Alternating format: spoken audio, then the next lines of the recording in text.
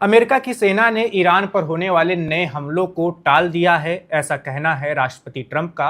राष्ट्रपति ट्रंप ने कहा है कि कतर, यूएई और सऊदी अरब की अपील पर हमने इन हमलों को कुछ वक्त के लिए टाल दिया है, क्योंकि इन देशों को लगता है कि अभी भी समझौता हो सकता है, अभी भी सुलह हो सकती है, उसकी गुंजाइश बची हुई है। उधर ईरान की बात करें तो ईरान की संसद में एक बिल लाया जा रहा है। इस बिल में ऐसा प्रावधान है कि अगर कोई भी व्यक्ति अमेरिका के राष्ट्रपति ट्रंप और इजराइल के प्रधानमंत्री नेतन्याहू की हत्या करता है तो उसे 500 करोड़ का इनाम दिया जाएगा। तो ऐसा बिल लाया जा रहा है ईरान में। दोनों देशों के बीच जारी तनाव के बीच 5 बड़े अपडेट्स की बात करें तो ये है, पहला बड़ा अपडेट ये है कि ट्रंप ने ईरान को फिर से धमकी दी है। उन्होंने कहा है कि अगर जल्दी समझौता नहीं किया तो फिर कुछ नहीं बचेगा, ऐसा हमला होगा कि ईरान में कुछ भी नहीं बचेगा। दूसरा बड़ा अपडेट यह है कि अमेरिका इजराइल की ईरान पर नए हमले की तैयारियां ज्यादा बढ़ चुकी हैं और कभी भी हमला हो सकता है। जैसा कि मैंने बताया कि ट्रंप ने कहा है कि उन्होंने सिर्फ कुछ वक्त के लिए हमला टाला है। तीसरा बड़ा अपडेट यह है कि स्ट्रेट ऑफ हॉर्मुज में संकट बढ़ गया है। करीब 1500 कारोबारी जहाज अभी यहां पर फंसे हुए हैं। चौथा बड़ा अपडेट यह है कि सऊदी अरब पर ड्रोन हमला, कुवैत और कतर ने इसकी निंदा की है। और पांचवा बड़ा अपडेट यह है कि ईरान में लड़कियों को AK-47 की ट्रेनिंग दी जा रही है। और भी तमाम ऐसी वीडियोज आ रही हैं जहां पर आम नागरिकों को हथियार चलाना सिखाया जा रहा है, जिसके बाद यह अंदेशा जताया जा रहा है कि कहीं ईरान इस बात की तो तैयारी नहीं कर रहा कि जमीनी हमला हो तो आम नागरिक खुद हथियार उठाकर अपनी मातृभूमि की रक्षा करें। तो इन्हीं सारी अपडेट्स पर आज हम बात करने वाले हैं। हमारे साथ तर्कश में आज 2 बेहद खास मेहमान ज्वाइन कर रहे हैं। हमारे साथ स्टूडियो से शिवेन जी है, इसके साथ ही group captain UK Devnath sir हमारे साथ ज्वाइन कर रहे हैं, रक्षा विशेषज्ञ हैं। इसके साथ ही कर्नल संजीत सिरोही सर भी हमारे साथ ज्वाइन कर रहे हैं, वो भी रक्षा विशेषज्ञ हैं। सिरोही सर के पास सबसे पहले चलते हैं। सिरोही सर, अगर इसे हम ट्रंप का बड़बोलापन माने कि उन्होंने किसी की अपील पर, किसी की विनती पर हमला टाल दिया है, या अमेरिका अभी हमला कर पाने की स्थिति में ही नहीं है, सच्चाई क्या है सर? वैभव जी, जय हिंद, थैंक यू। आपका बहुत बहुत धन्यवाद, आपने अपने चैनल पे बुलाया।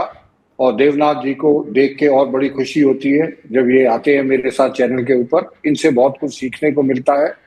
देखिए, डोनाल्ड ट्रंप साहब जो है, अगर आप इसको ये इस तरीके से देखें तो डोनाल्ड ट्रंप साहब का मैंने जब 2 दिन पहले 3 दिन पहले मैंने आपसे बातचीत की थी, तब भी मैंने ये कहा था कि डोनाल्ड ट्रंप साहब के पास अब कोई ऑप्शन नहीं बचा है, इवन हमले का भी ऑप्शन नहीं बचा है। इसलिए वो बार बार किसी ना किसी एक्सक्यूज करके, कोई लेके बहाना करके किसी ना किसी इसको टालते जा रहे हैं कि सऊदी अरेबिया ने, कतर ने, यूएई के कहने पे उन्होंने जो है इसको टाल दिया है। हो सकता है उन्होंने कहा हो, मैं ये नहीं डिस्प्यूट कर रहा हूं, हो सकता है उन्होंने कहा हो, क्योंकि उनको ही पता है कि अगर जो अमेरिका ने और इजराइल ने दोबारा हमला शुरू किया ईरान के ऊपर, तो ईरान जो है जवाबी कार्रवाई में इन्हीं देशों के ऊपर हमला करेगा, क्योंकि वो अमेरिका तक तो उसकी मिसाइल नहीं पहुंच सकती। इसमें कोई दो राय नहीं है। पर मैं आपको एक बात बताना चाहता हूं कि डोनाल्ड ट्रंप साहब हमला बेशक करे या ना करे, अब मैं खुले शब्दों में आपको ये कहेंगे, डोनाल्ड ट्रंप साहब जो है इस लड़ाई को हार चुके हैं और वो इस चीज हार को मानने के लिए तैयार नहीं है। और उनकी गलती नहीं है। अगर दुनिया का सबसे ताकतवर देश एक सेकंड रैंकिंग कंट्री के साथ अगर हार जाता है तो उसके लिए बड़ी शर्म की बात है। आप देखिए, अगर उनकी बातें की जाए तो उन्होंने जो है स्ट्रेट ऑफ हॉर्मुज, जिसके ऊपर कोई झगड़ा नहीं था, कोई कुछ नहीं था, आज स्ट्रेट ऑफ हॉर्मुज एक ऐसा मुद्दा बन गया है जिससे साफ जाहिर होता है कि अगर अमेरिका की जो दुनिया में सबसे शक्तिशाली नेवी है, अगर वो स्ट्रेट ऑफ हॉर्मुज को नहीं खोल सकती तो मेरे को आप बताएं कौन खोल पाएगा। तो ये सबसे बड़ी हार है जो है उनकी, अमेरिका की। नंबर दूसरा जो है, जो स्टॉक है अमेरिकन वेपन्स का, आज तक का रिकॉर्ड है कि वो वेपन, उससे स्टॉक लेवल कभी कम नहीं हुआ जितना स्टॉक लेवल उनका अमेरिका का अभी कम हो चुका है। उसके बाद जो अमेरिका ने पिछले 50 साल से जो एक सिक्योरिटी का आर्किटेक्चर बनाया था मिडिल ईस्ट में, जिससे मिडिल ईस्ट कंट्रीज को ये तसल्ली दी थी कि आपके ऊपर अगर हमला होता है तो हम आपको बचाएंगे, उसमें अमेरिका जो है बिल्कुल नाकाम रहा है। अब ये जो बिल और एक ऑर्गेनाइजेशन और ईरान ने बनाई है जो कि इस चीज का फैसला करेगी कि कौन सा शिप जाएगा, कौन सा शिप नहीं जाएगा, और कौन सा शिप जाएगा तो उसको कितना टोल देना पड़ेगा। और उसके बाद अफगानिस्तान में हुआ, जो वियतनाम में हुआ, इससे इतनी जो है अमेरिका की शाख जो है कमजोर नहीं हुई, जितनी शाख जो है इस ईरान और ये यूएस की जो अभी लड़ाई है उससे अमेरिका की शाख कम हो गई। तो ये जो अगर 5-6 चीजों का अगर आप ध्यान दें तो इससे साफ जाहिर होता है कि ईरान हारा नहीं है और अमेरिका जीता नहीं है। ये स्टेट है आज के दिन। वैभव जी। बिल्कुल सर, देवनाथ सर के पास चलते हैं। देवनाथ सर, यही सवाल आपसे भी होगा। ट्रंप तो कह रहे थे कि हम हमला करने ही जा रहे थे, बस आदेश होने ही वाला था, लेकिन इन देशों ने विनती की कि नहीं आप रुक जाइए थोड़ी देर, सऊदी अरब, यूएई, कतर, तो हम रुक गए हैं। ज्यादा देर तक तो हमें रुकना नहीं है, और अगर हम हमला करेंगे तो ईरान में कुछ नहीं बचेगा। आपको यह धमकी ट्रंप की कितनी सच लग रही है? क्या ये खोखली बातें सिर्फ है उनकी बस? वैभव जी देखिए, इसके पहले भी ट्रंप ने कहा था कि उन्होंने पाकिस्तान के रिक्वेस्ट पर सीज फायर का ऐलान किया है, जबकि असल बात यह थी कि यह उनके internal politics, internal legal system और उनकी जो कॉन्स्टिट्यूशन है उसके जो बंदिशें हैं उसके तहत उन्होंने सीज फायर का ऐलान किया था। दूसरी बात, अभी कर्नल सिरोही ने एकदम सही बताया कि ट्रंप अपने कंधे की बंदूक दूसरे के कंधे पे रख के चलाने की कोशिश कर रहे हैं। इस बार भी पेंटागन में कोई खास जोश नहीं है ईरान के ऊपर हमला करने के लिए। पेंटागन के जो जनरल्स हैं, एडमिरल्स हैं, एयरफोर्स के सीनियर ऑफिसर्स हैं, उन्होंने कांग्रेशनल हियरिंग के दौरान बहुत अच्छी तरह से अमेरिकन फौजों की जो ताकत है उसको समझाया, अमेरिका की जो सेनेट है उसको। अब कांग्रेशनल रिप्रेजेंटेटिव से उनका जवाब मिला। और जो देखिए, अमेरिका एक बेहतरीन डेमोक्रेसी है वैभव जी, वहां पे जनरल्स को मौका मिलता है अपने कांग्रेशनल हियरिंग में जाकर अपनी बात कहने का भी। हम लोगों को भारत में भी ऐसा कुछ करना पड़ेगा।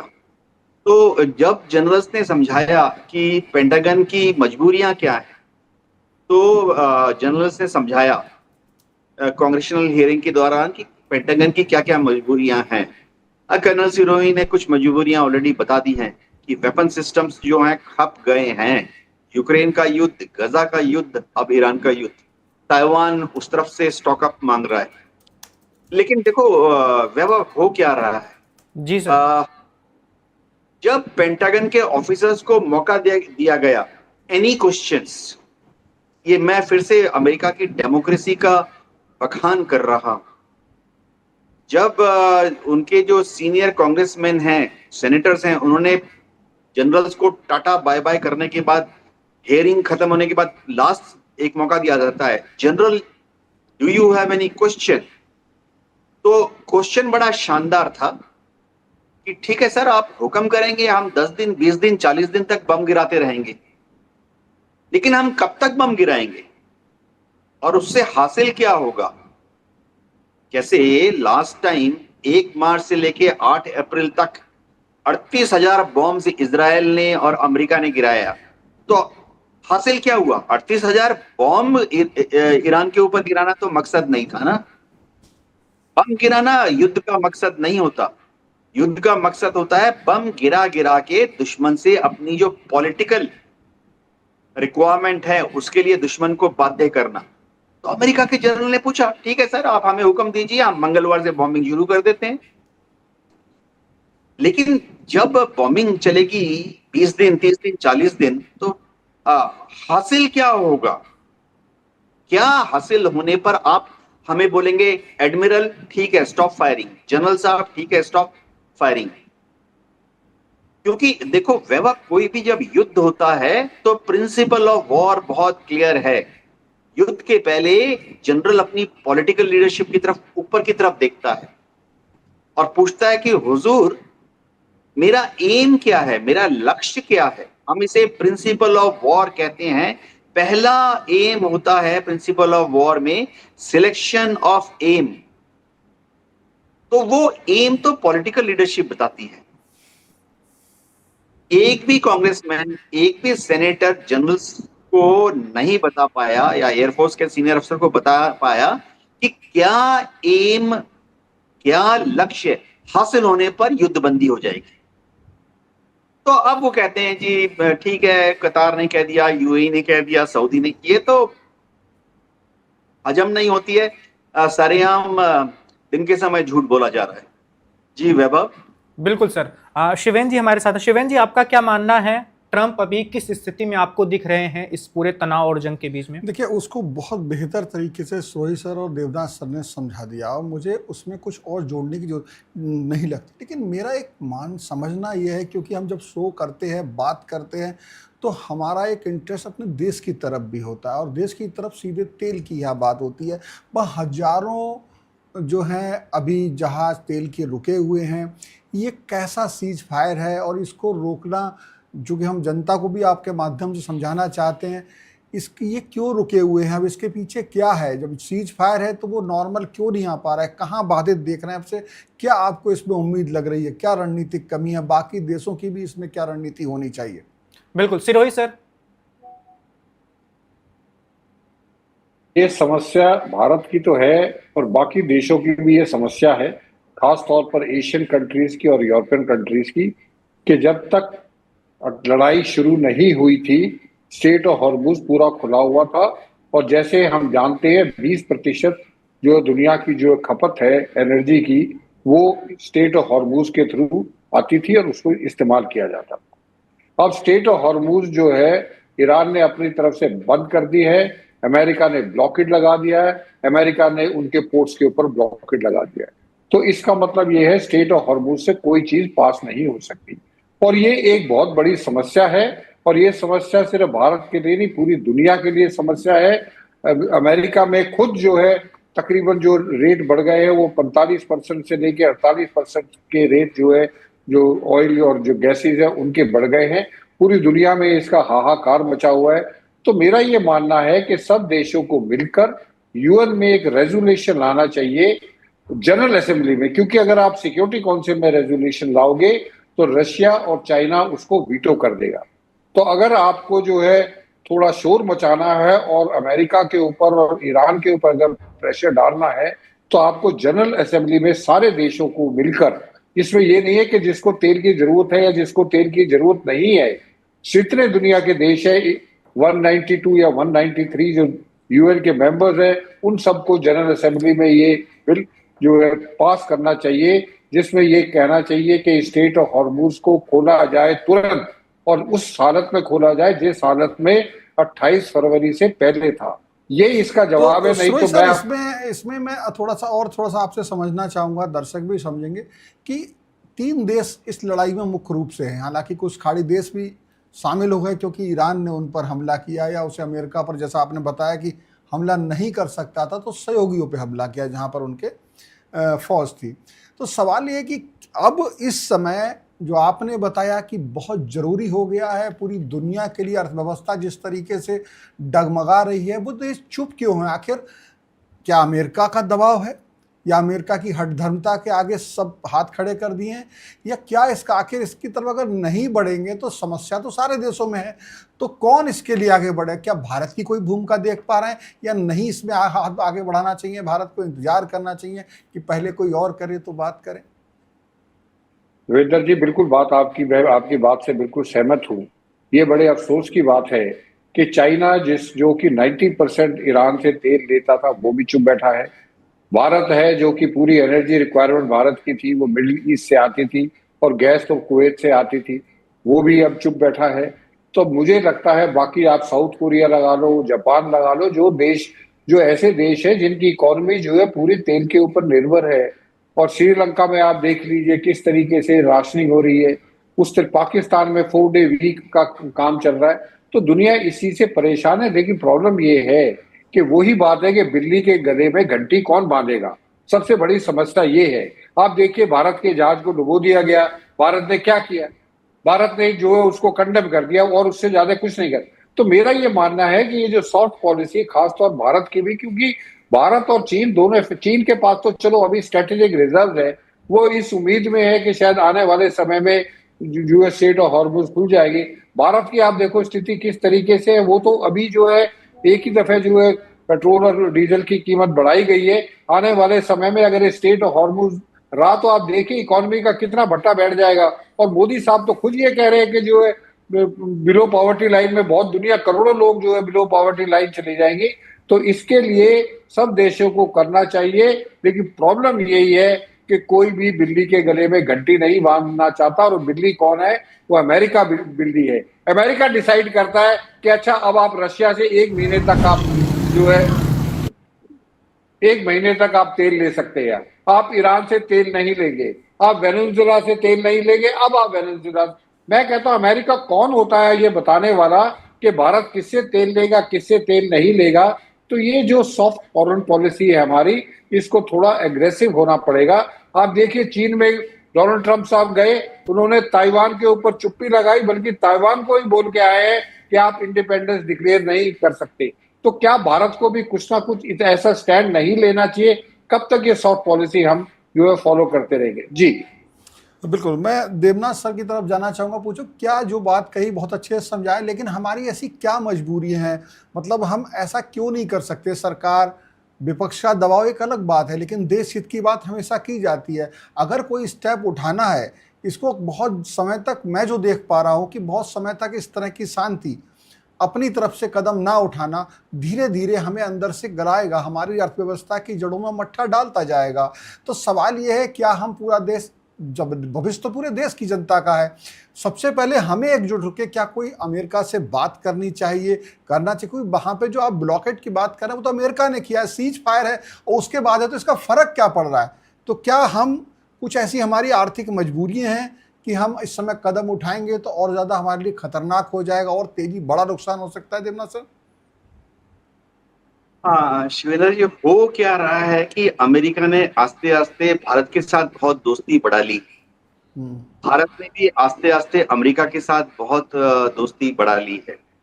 नेट इफेक्ट ऐसा हो गया है आज की तारीख में कि भारत अमेरिका के बगैर शायद सांस भी ना ले पाए।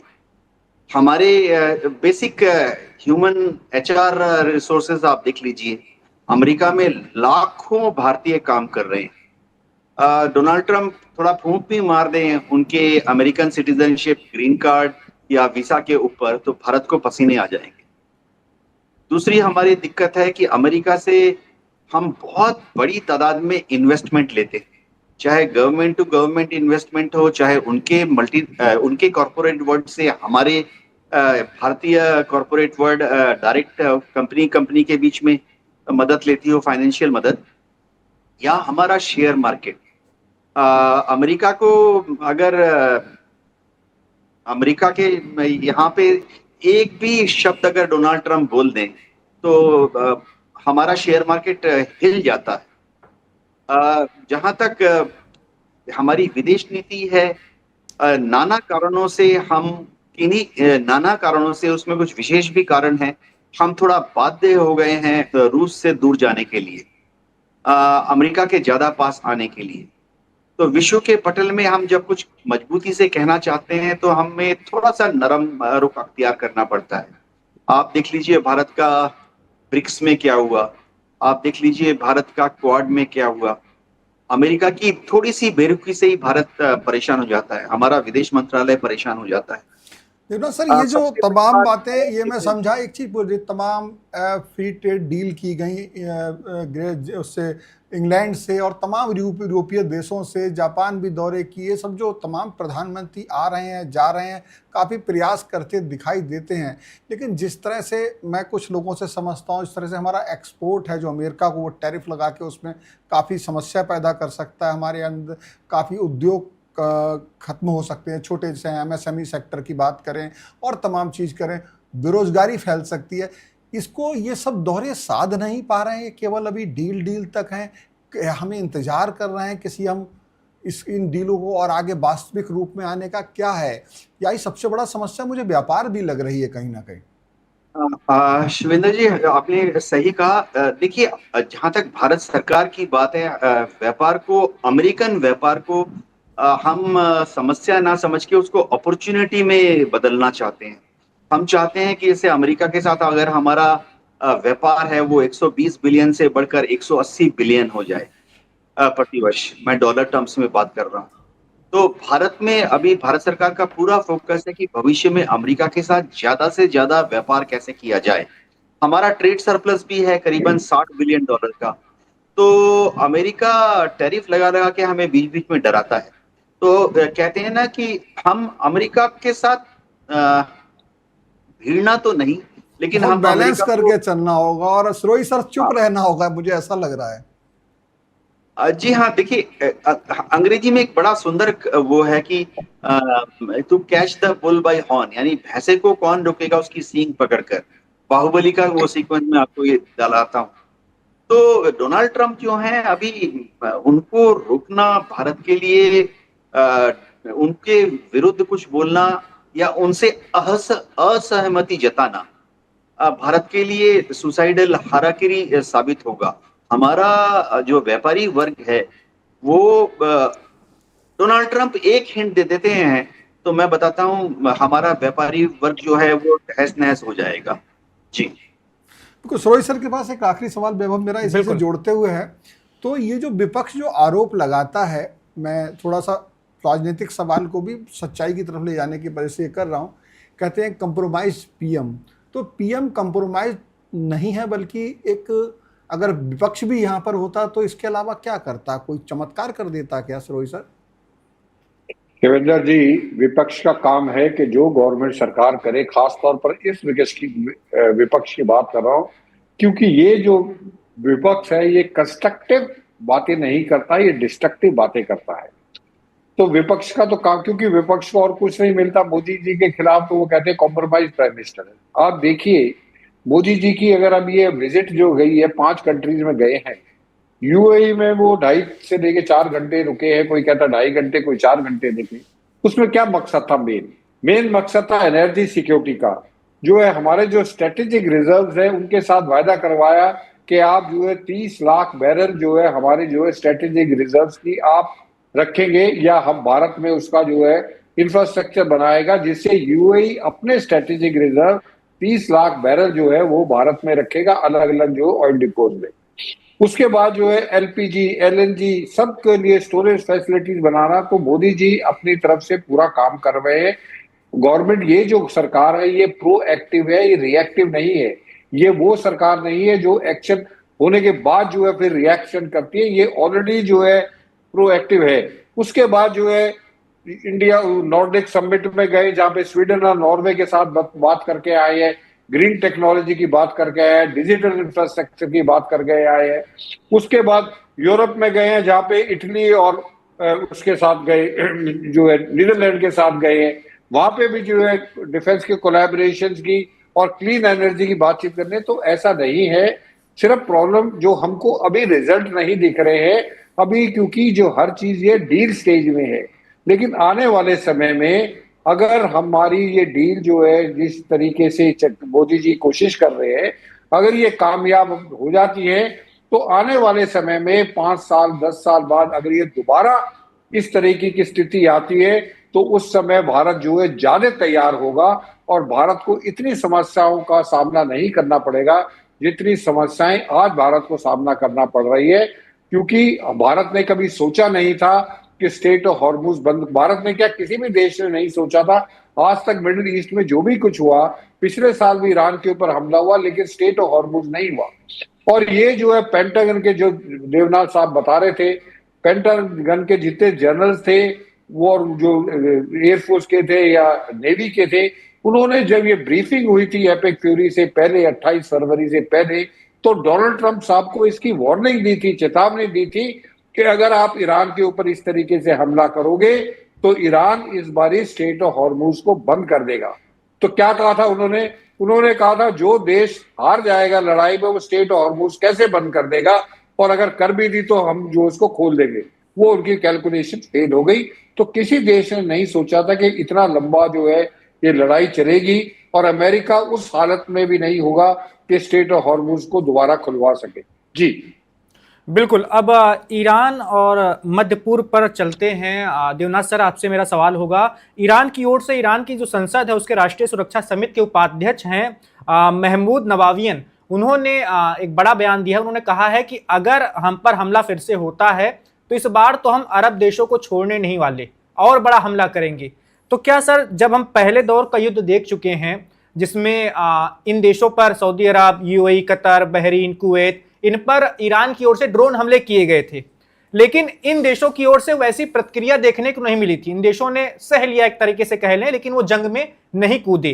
क्या इस बार वाले संभावित युद्ध में, जिसकी संभावना जताई जा रही है कि फिर से होने ही वाला है, क्या उसमें इन देशों में से कोई आ सकता है आगे और कह सकता है कि नहीं बहुत हुआ, अब हम भी ईरान पर पलटवार करेंगे? वैभव जी, देखिए, परसों जो ड्रोन अटैक किया है ईरान ने यूएई के न्यूक्लियर पावर प्लांट पर, ठीक है, एक जनरेटर सेट को एंगेज किया उन्होंने। बहुत क्लियर है कि जो गल्फ कंट्रीज हैं वो अपने आत्मरक्षा में ही टोटली बिजी हैं। उनके पास उनकी जो आर्मी, नेवी, एयरफोर्स चाहे छोटी हो या बड़ी हो, उसमें आक्रामक यानी ऑफेंसिव कैपेबिलिटीज बहुत लिमिटेड है। दूसरी चीज वैभव जी, हम चीज भूल रहे हैं, इन सब देशों में चाहे यूएई हो, कतार हो, कुवैत हो, सऊदी हो, आप बहुत आश्चर्यचकित हो जाएंगे कि इनकी फौज में जो जवान होते हैं, जो अफसर होते हैं, उनमें युद्ध लड़ने की भावना नहीं होती। इन सब देशों में जो आर्मी, नेवी, एयरफोर्स बनाई गई है वो या तो सेरेमोनियल पर्पस के लिए है, या जो सुल्तान है, किंग है या प्रिंस है, उनकी सुरक्षा के लिए बनाई गई, या अमेरिका ने जबरदस्ती बना दिया क्योंकि उनके पास इतने डॉलर्स हैं। देखिए, 60 के 70 के 80 के दशक में क्या हुआ कि कच्चा तेल जा रहा है, डॉलर्स की कमाई हो रही है। शर्त ये थी कि ये सारे देश अपना डॉलर्स अमेरिका में रखेंगे, अमेरिकन बैंक्स में। वो सऊदी अरेबिया, कतार, ये लोग अपने बैंकों में नहीं रख सकते डॉलर, पेट्रो डॉलर्स को अमेरिका में रखना पड़ता है, और वो बढ़ता जा रहा है। मतलब इनके आश्चर्यजनक फिगर्स होते हैं कि एक एक छोटा सा मुल्क है, उसके पास 1 बिलियन 2 बिलियन डॉलर की विदेशी मुद्रा का भंडार हो गया है, तो खर्च नहीं कर पा रहे हैं। कहाँ खर्च करेंगे? उनकी खुद की पॉपुलेशन होती है 1.5 लाख। सऊदी अरेबिया में कहाँ खर्च करेंगे? रेत रेत और ज्यादा रेत। तो इन सब देशों को अमेरिका अस्त्र शस्त्र देता रहता है, ये लो हथियार लो, और ये लो F-15 ले लो, F-16 ले लो, F-18 ले लो, जो भी आप F-35 ले लो, और उनका जो राष्ट्रीय पर्व होता है, जैसे हमारा 15 अगस्त, 26 जनवरी, उसमें शानदार फ्लाई पास्ट करो। इन सब देशों में जो जनरल्स होते हैं वैभव जी, ये अद्भुत, आप शायद नहीं समझ पाएंगे। ये जनरल्स हमारे जैसे इंडिया, पाकिस्तान, हमारे यहाँ जनरल कैप्टन से यूपीएससी का टेस्ट होता है, रिटन टेस्ट होता है, ऐसा कुछ नहीं। मैंने इनके साथ ट्रेनिंग की हुई है। जब हम लोग एयरफोर्स एकेडमी में ट्रेनिंग कर रहे थे तो इन सब देशों के पायलट हमारे पास आते थे ट्रेनिंग के लिए। अद्भुत है कि वो सिलेक्ट, ऐसा नहीं कि यूपीएससी का रिटन टेस्ट हुआ और फिर 5 दिन का इंटरव्यू हुआ एसएसबी, नहीं, वो उनकी एयरफोर्स में मेजर बन रहा है एक छोटा सा बच्चा, क्योंकि वो वहां के सुल्तान के भतीजे का ममेरा भाई है, बस, और कोई क्वालिफिकेशन नहीं है। वो इंडिया में आता है, हमारे साथ उन्होंने फ्लाइंग ट्रेनिंग की, फिर वो वापस चले गए, और जैसे ही ये वापस जाते हैं, क्योंकि वो सुल्तान के भतीजे का ममेरा भाई है, तो वो तुरंत जाते ही वो 1 महीने कैप्टन रहता है, उसके बाद 6वें महीने से उसको मेजर बना देते हैं। उनमें युद्ध लड़ने की इच्छा नहीं होती है।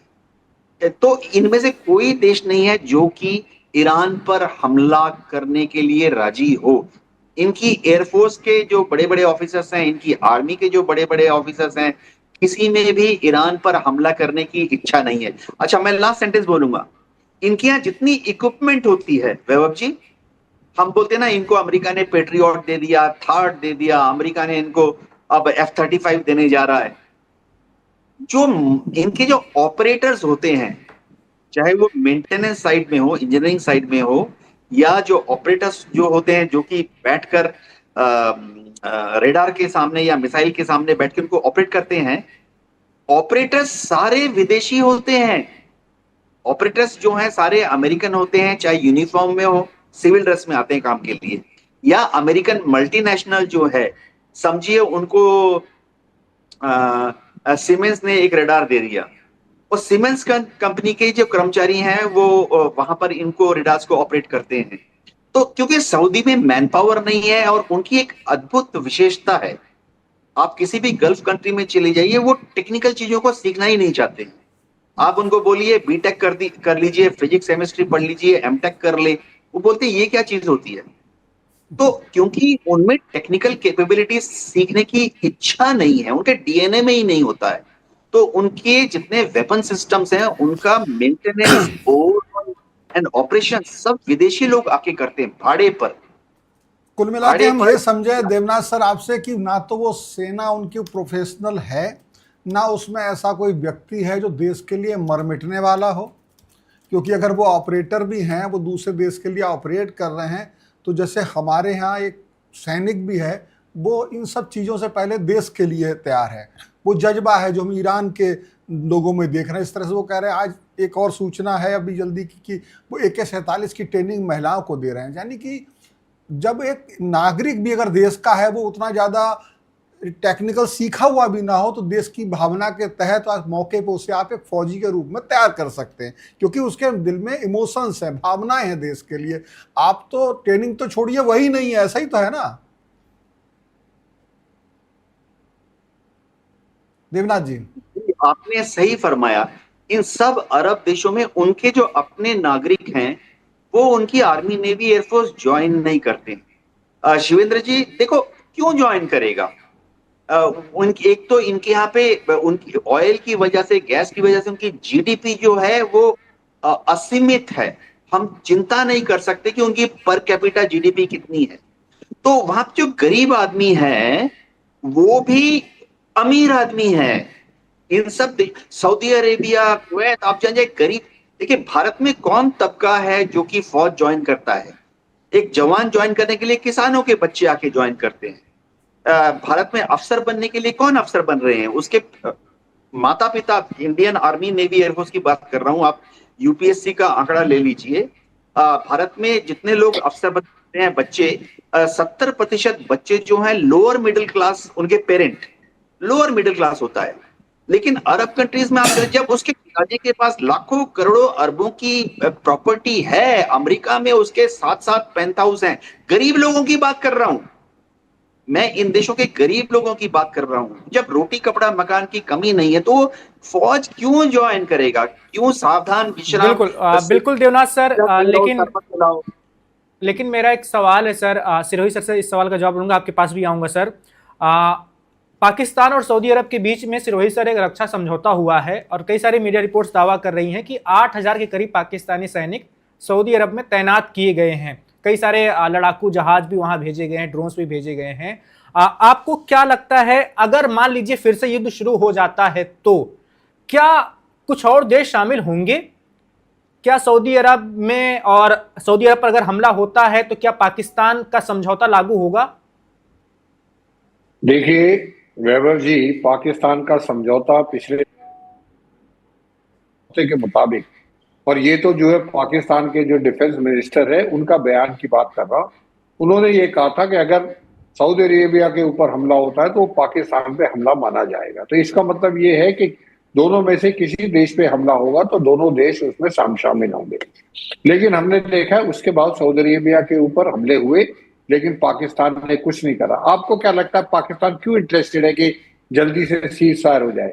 वो चाहता है कि ये जल्दी सीज फायर हो जाए, ऐसा ना हो कि उस लेवल तक लड़ाई हो जाए जिस लड़ाई में मजबूरी में उसको सऊदी अरेबिया का साथ देना पड़े।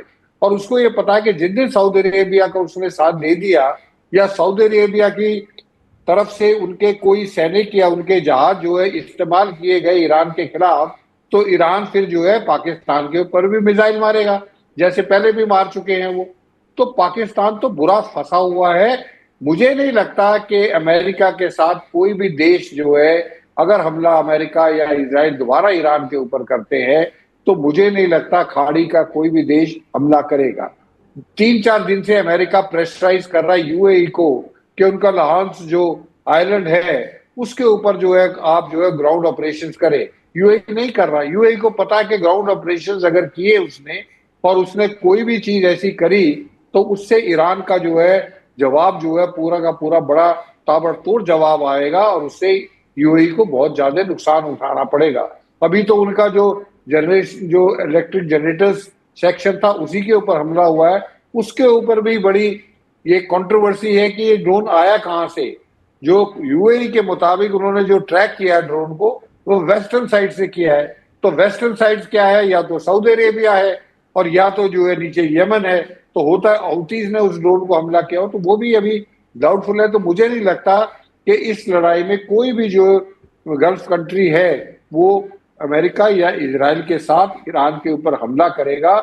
और यहां तक भी खबरें हैं कि सऊदी अरेबिया का और ईरान का नो एग्रेशन पैक्ट भी धीरे धीरे करके बातचीत चल रही है साइन करने, क्योंकि इनको अब पता लग गया है गल्फ कंट्रीज को कि हम अमेरिका के ऊपर भरोसा नहीं कर सकते सिक्योरिटी का।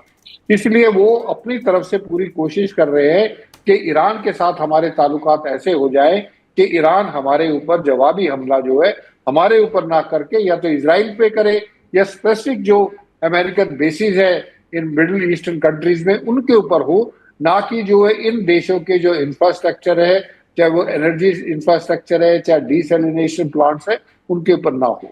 वैभव जी। बिल्कुल सिरोही सर, लेकिन एक सवाल ये भी है कि बार बार कहा जा रहा है कि पाकिस्तान से गलबहियां जो अमेरिका की हो रही हैं, कुछ ज्यादा ही भाव दिया जा रहा है ट्रंप के द्वारा मुनीर को, शहबाज को। क्या ऐसी भी कोई स्थिति बन सकती है कि अमेरिका की ओर से दबाव डाला जाए कि पाकिस्तान के उस इलाके का इस्तेमाल किया जाए जो ईरान से सटा हुआ है और वहां से कोई हमले की कोशिश की जाए अमेरिका के द्वारा? बिल्कुल पॉसिबल है वैभव जी।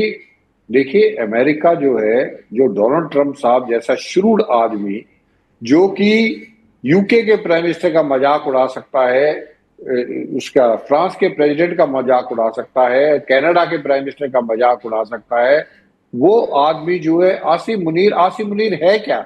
आसिम मुनीर जो है 6 लाख फौज का जो है एक chief of the army staff था। ऑपरेशन सिंदूर में ये दिखाने के लिए कि हम लड़ाई भारत से हम जीते हैं, उसको फील्ड मार्शल बना दिया गया। एक गरीब देश है जो कि दूसरों के टुकड़ों पे पलता है, भीख मांग के जो करता, उसको इतनी इंपॉर्टेंस क्यों दे रहा है? उसको इंपॉर्टेंस इसलिए दे रहा है कि आने वाले समय में जो आपने कहा है, आपका आंकलन बिल्कुल सही है, मैं उस बात से पूरा सहमत हूं कि आने वाले समय में कुछ ना कुछ अगर ग्राउंड ऑपरेशन करना पड़ा या कुछ वहां पे उस बॉर्डर को भी थोड़ा गर्म करना पड़ा, तो जो है अमेरिका जो है पाकिस्तान को बोलेगा या पाकिस्तान के थ्रू जो है अपने ग्राउंड ऑपरेशंस भी लॉन्च कर सकता है, क्योंकि ये ऑप्शन उसके पास है। और मेरे को लगता है पाकिस्तान में इतना दम नहीं है कि वो डोनाल्ड ट्रंप को ना बोल दे। तो इसलिए मैंने जैसे आपको कहा है, इस लड़ाई को बंद करवाने में पाकिस्तान को ये पता है कि ऐसा ना हो कि इतनी एम्बैरेसिंग सिचुएशन हो जाए कि डोनाल्ड ट्रंप अगर बोले कि इधर से हम इसको यूज करेंगे इसको, और आप यहाँ पे जो है कुछ ना इस गर्म को थोड़ा बॉर्डर को आप थोड़ा हॉट बॉर्डर बना दो, फायरिंग वगैरह कर दो, ताकि ईरान के कुछ जो लड़ाकू दस्ते हैं वो वहां पे जो है पिन डाउन हो जाएं, वो हो सकता है। इसलिए पाकिस्तान बार बार कोशिश कर रहा है कि किसी तरीके से समझौता हो जाए। और ये सर, इसी में एक प्रश्न मेरा ये रहेगा आपसे कि जो आप बता रहे हो कि अगर ऐसा संभव है, ऐसे करवा सकता है, लेकिन चीन एक बहुत बड़ा फैक्टर है और पाकिस्तान, मुझे जिस तरीके से लगता है, मैं शायद हो सकता है बड़ा शब्द बोलूं, बिल्कुल चीन के गुलाम की तरह काम करता है। तो उस स्थिति में चीन भी तो इस चीज को समझेगा, ये संभव कैसे हो पाएगा? देखिए शिवेंद्र जी, पाकिस्तान एक ऐसा देश है कि जो पैसा फेंकेगा पाकिस्तान उसके साथ है। पाकिस्तान का कोई, आप देखिए तालिबान के साथ इनकी दोस्ती थी, सब कुछ था, इन्हीं तालिबान के साथ जो अमेरिका से पैसे लेते रहे और तालिबान को सपोर्ट करते रहे। उधर जो रशिया ने हमला किया अफगानिस्तान के ऊपर, तो जो है अमेरिका के थ्रू जो है मुजाहिदीन को जो है लड़वाते रहे रशिया के खिलाफ, लेकिन मुजाहिदीन को भी सपोर्ट कर। तो पाकिस्तान का आप कह नहीं सकते कि वो किस करवट बैठेगा, वो तो उसी करवट बैठेगा जिस करवट उसको पैसा दिखाई देगा, क्योंकि उसकी इकोनॉमी जो है वो लड़ाई के ऊपर है। कहीं अगर आसपास कहीं पे तनाव है, लड़ाई चल रही है, तो पाकिस्तान आर्मी बड़ी खुश रहती है क्योंकि उनको पैसा मिलता है। अफगानिस्तान में लड़ाई हो तो वो खुश रहते हैं, उनको पैसा मिलता है। ईरान में लड़ाई हो रही है तो अमेरिका से जो मर्जी मांग लो, क्योंकि अमेरिका को पाकिस्तान की इस समय जरूरत है। तो पाकिस्तान वो देश है जिनकी इकोनॉमी आसपास के देशों में लड़ाई होने पर उनकी इकोनॉमी चलती है। तो ये कोई नहीं है कि अगर, क्योंकि डोनाल्ड ट्रंप साहब ने अगर बोल दिया तो चाहे चीन हो चाहे कोई हो, आसिफ मुनीर या शहबाज शरीफ की इतनी हिम्मत नहीं है कि ये कह दीजिए ये काम हम नहीं कर पाएंगे। जी बिल्कुल। आखिरी सवाल की ओर आगे बढ़ते हैं। देवनाथ सर, जब अमेरिका और इजराइल की सेना ने हमला किया था ईरान पर, तब हमने देखा कि नेटो के बाकी देशों ने हाथ खड़े कर दिए थे, कोई आगे नहीं आया था, कोई जंग में शामिल नहीं हुआ, सिर्फ यही 2 देश थे। बाद में जब स्टेट ऑफ हॉर्मुज को खुलवाने की बात आई, तब भी जब ट्रंप ने अपील की बाकी देशों से कि आप लोग सेना भेजिए, तब भी कोई आगे नहीं आया। अभी क्या स्थिति बनी हुई है? क्या अभी भी उन सारे यूरोप के देशों का स्टैंड यही रहने वाला है, या उनमें से कोई और देश अमेरिका के साथ आ सकता है, जंग में शामिल हो सकता है? उधर की तरफ पूछ रहा हूं मैं। वैभव जी, यूरोप का कोई भी देश, नेटो का कोई भी देश अमेरिका के साथ इस जंग में ईरान पर हमला करने के लिए तो नहीं ज्वाइन करेगा। उन्होंने पहले से ही क्लियर कर दिया है कि नेटो बनाने का उद्देश्य था रशिया के अगेंस्ट एक फ्रंट बनाना। उस जमाने में वार्सा पैक्ट हुआ करता था 50, 60, 70 के दशक में। नेटो बनाम वार्सा पैक्ट को जाहिर बात है ईस्टर्न यूरोप के देश थे, अब वो टूट कर रशिया से अलग होकर वार्सा पैक्ट छोड़कर नेटो में शामिल हो गए।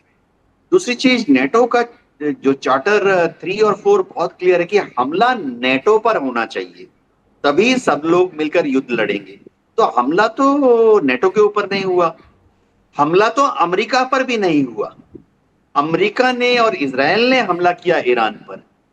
तो नेटो ने चार्टर 5 बहुत क्लियर है कि अगर नेटो के देश के ऊपर हमला होता है तो बाकी सारे देश शत्रु का एक साथ मुकाबला करेंगे। तो नेटो देशों के ऊपर हमला नहीं हुआ, अमेरिका ने हमला किया। अच्छा देखिए, अभी ये पाकिस्तान वाला जो एंगल था वो बहुत इंटरेस्टिंग है। पाकिस्तान का तो बलूचिस्तान प्रांत लगता है सिस्तान के साथ ईरान के। ईरान को मालूम था कि अमेरिका पाकिस्तान को अपना पिछलग्गू बना के बलूचिस्तान सिस्तान का जो फ्रंट है उसको एक्टिवेट कर सकता है। तो ईरान का मास्टर स्ट्रोक था कि जैसे ये युद्ध चालू हुआ उन्होंने स्ट्रेट ऑफ हॉर्मुज को बंद किया, लेकिन पहले दिन ही उन्होंने डिक्लेयर कर दिया कि पाकिस्तान के जहाजों के ऊपर कोई बंदिश नहीं है। तो 1 मार्च से लेके आज तक पाकिस्तान के जहाज को ईरान की नेवी ने नहीं रोका। कच्चा तेल लेके चले, ईरान की जो सरकार है उसको क्लियरेंस दे देती है, वो पाकिस्तान तक आ जाता है। ऐसा करके उन्होंने पाकिस्तान को अपनी मुट्ठी में रखा हुआ है। एक और चीज वैभव जी, पाकिस्तान में 15% तो शिया हैं, जो कि ईरान के खिलाफ अगर पाकिस्तान ने कुछ हरकत की या अगर पाकिस्तान ने बलूचिस्तान में अमेरिका की आर्मी नेवी एयरफोर्स को जगह दी, ग्वादर में अमेरिका की नेवी को जगह दे दी, और वहां पे समझिए पेशावर या कहीं पे अमेरिका की एयरफोर्स को जगह दे दी, अमेरिका के ग्राउंड ट्रिप्स को इंडक्ट करा दिया, तो ये शिया नाराज हो जाएंगे। 15% बहुत बड़ी आबादी होती है, लेकिन नाना कारणों से, जिसमें कि एक धार्मिक भावना भी है, पाकिस्तान के ज्यादातर सुन्नी मुसलमान भी इस युद्ध में अमेरिका के साथ नहीं है, वो ईरान के साथ हैं। और पाकिस्तान का इंटरनल डोमेस्टिक सिचुएशन बहुत क्लियर है। अगर हम याद रखें, आज से 2 महीने पहले पाकिस्तान में कराची में अमेरिका की जो कॉन्सुलेट है उसमें पाकिस्तानी घुस गए थे, फिर पाकिस्तान की पुलिस को गोली चलानी पड़ी। तो अगर वाकई पाकिस्तान की सरकार अमेरिका को जगह देगी बलूचिस्तान से सिस्तान पर हमला करने के लिए, पाकिस्तान में तो आम जनता जो है इनके नेताओं को सड़कों पे ढूंढ के पत्थर मार के मार डालेगी। जी बिल्कुल। एक आखिरी सवाल सिरोही सर से भी है। सिरोही सर, हमने देखा था कि जब ये युद्ध शुरू हुआ था, उस युद्ध के दौरान ये बातें आई थी कि इस युद्ध से रूस का बहुत फायदा हुआ है, पुतिन का बहुत फायदा हुआ है, क्योंकि यूक्रेन को वैसी मदद मिलनी बंद हो गई अमेरिका से जो पहले से मिलती आ रही थी। अभी आपके हिसाब से पुतिन क्या चाह रहे होंगे? कि अभी एक और युद्ध हो जाए, अमेरिका और उलझ जाए, उसके हथियारों की खपत और कम हो जाए? बिल्कुल, इसमें कोई दो राय नहीं है। अमेरिका जब यूक्रेन और रशिया की लड़ाई चल रही थी तो अमेरिका बड़ा खुश था कि जो है रशिया यूक्रेन में टाई डाउन हो गया है, उसके जो हथियार वहां पे इस्तेमाल हो रहे हैं, उसकी इकोनॉमी जो है नीचे जा रही है, तो अमेरिका बड़ा खुश था। लेकिन अब जो है जब अमेरिका फंस गया है ईरान में, तो रशिया बड़ा खुश है, और सबसे ज्यादा खुश तो चाइना है। चलो, रशिया तो यूक्रेन में फंसा हुआ है, अमेरिका ईरान में फंसा हुआ, चाइना तो कहीं नहीं फंसा हुआ, और चाइना की इकोनॉमी भी तरक्की कर रही है। डोनाल्ड ट्रंप साहब इतना बड़ा डेलीगेशन, ट्रेड डेलीगेशन लेके जाते हैं बिजनेस लीडर्स को, और वहां से जो बातचीत करके आते हैं। तो मेरा ये मानना है कि रशिया, इसलिए आप देखिए कि रशिया और चाइना नहीं चाहते हैं कि अमेरिका यहाँ से निकले, और इसलिए जितनी शर्तें अमेरिका भेजता है वो सारी शर्तें जो है ईरान जो है चाइना के साथ वेटिंग करता है, चाइना फिर उनको एडवाइस करता है। उसके बाद ये जो ईरान जो है मना कर देता है कि भाई ये नहीं मानेंगे, ये कोई अकेला ईरान नहीं है, ईरान भी चाइना की शैपिंग मना करता है। और चाइना चाहता है कि ये अमेरिका ईरान में फंसा रहे, क्योंकि उसको फिर जो है ताइवान में क्लियर रन मिल जाएगा। अल्टीमेटली तो चाइना ईरान को लेगा ही लेगा, इसमें कोई दो राय नहीं है, चाहे वो 1 साल में ले चाहे 2 साल में ले, और वो चाहेगा कि अमेरिका वहां पे फंसा रहे। क्योंकि जिस तरीके से इन्होंने जो है अपना जो है ये भेजा है, जो पूरा का पूरा बेड़ा साउथ चाइना सी से और पैसिफिक ओशन से उस, और जो है साउथ कोरिया से और जापान से जो इन्होंने पेट्रियट मिसाइल जो थार्ड मिसाइल वगैरह जो बनाई है, उनको पूरा करने, रिप्लेनिश करने के लिए, वो तो चाइना के लिए फायदा है। तो आप देखिए जब से ये ईरान और अमेरिका की लड़ाई हुई है, आप देखिए साउथ चाइना सी में फिलीपींस से कोई झगड़ा नहीं है, वियतनाम से कोई झगड़ा नहीं है, किसी से कोई झगड़ा, वहां पे शांति है। और वो शांति इसलिए क्योंकि अमेरिका फंसा हुआ है और चाइना जब चाहे जो हमला कर सकता है।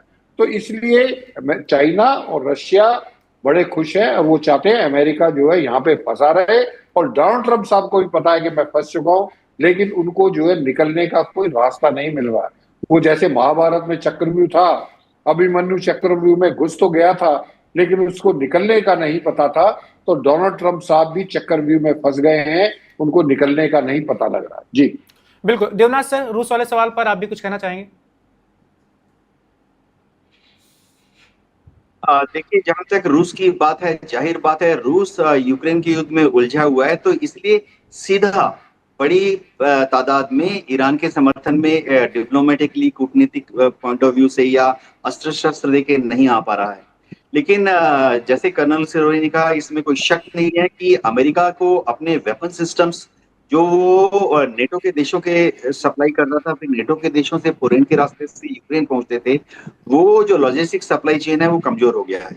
सारे वेपन सिस्टम्स जो हैं अब इजराइल की तरफ डाइवर्ट हो रहे हैं। क्यों? क्योंकि इजराइल की एयरफोर्स उन्हीं वेपन सिस्टम्स को फिट करके ईरान पर या हिजबुल्लाह के ऊपर रोज बम गिरा रही है। दूसरी चीज, अमेरिका की जो सेंट्रल कमांड है कतार में, अबू धाबी में उनका इतना बड़ा बेस है, वो पूरी तरह से उनका जो वॉर वेस्टेज रिजर्व होता है शून्य हो गया है। पूरी तरह से अभी नेटो देश से हर रोज हथियारों को शिफ्ट किया जा रहा है सेंटकॉम की तरफ। इसी तरह से उनका जो पैसिफिक कमांड है, 7th फ्लीट, गुआम, जापान का ओकिनावा, दक्षिण कोरिया का बुसान, फिलीपींस में 4 जो मिलिट्री बेस है, अमेरिका के मिलिट्री एयरफोर्स बेस हैं, सब खाली हो गए हैं। इन सब यहाँ से मिसाइलें, इंटरसेप्टर मिसाइलें, बॉम्ब्स, रॉकेट्स कहाँ जा रहे हैं? सब भर भर के जहाजों या हवाई जहाजों में भरकर सेंट्रल कमांड के लिए भेजा जा रहा है पर्शियन गल्फ कंट्रीज में। तो रूस जो है उसको बहुत बड़ा फायदा हो रहा है इस युद्ध से। जी बिल्कुल। सिरोही सर, देवनाथ सर, आप दोनों का बहुत शुक्रिया सर, वन इंडिया के साथ जुड़ने के लिए, इस चर्चा में भाग लेने के लिए, हमारे दर्शकों के साथ महत्वपूर्ण बातें साझा करने के लिए। एक आखिरी टिप्पणी शिवेन जी आपकी भी इस बातचीत में। मुझे कुछ मिला के इस बातचीत पे ये समझ में आया कि ये अभी बहुत दूर की कौड़ी है, क्योंकि होर्मुज का खुलना, मैं जब सारे युद्ध को देखता हूँ तो ये जो सीज फायर और तमाम चीज़ें दिख रही हैं, इसका कोई बहुत बड़ा ठोस परिणाम नज़र में नहीं आ रहा है। और ये ना आना बहुत पूरी दुनिया की अर्थव्यवस्था के लिए खतरनाक, और मुझे नहीं लगता जिस तरह की परिस्थिति है, जिस तरह के कई देशों के, जैसे सिरोही सर ने कहा कि कोई आगे कौन बढ़ेगा। और जब तक सारे देश आगे नहीं बढ़ते हैं इसके हल निकालने के लिए, तब तक हम सब एक गिरती हुई अर्थव्यवस्था को देखेंगे। बिल्कुल, तब तक हम सब गिरती हुई अर्थव्यवस्था को देखेंगे। और अभी जैसा कि हमारे विशेषज्ञों ने बताया कि इस युद्ध में बहुत कुछ होना भी बाकी है, और ईरान की जैसी तैयारियां हैं, अमेरिका की जैसी तैयारियां हैं, उससे अभी राहत की उम्मीद, शांति की उम्मीद मध्य पूर्व में की नहीं जा रही, उसकी संभावना थोड़ा कम दिख रही है। तो फिलहाल तक की जो भी अपडेट थी इस तनाव से, इस युद्ध से जुड़ी हुई, हमने आपको बता ही दी है। और देश दुनिया की बाकी और तमाम खबरों को जानने के लिए आप देखते रहिए वन इंडिया। फिलहाल तक के लिए इतना ही, कल फिर आप Subscribe to One India and never miss an update. Download the One India app now.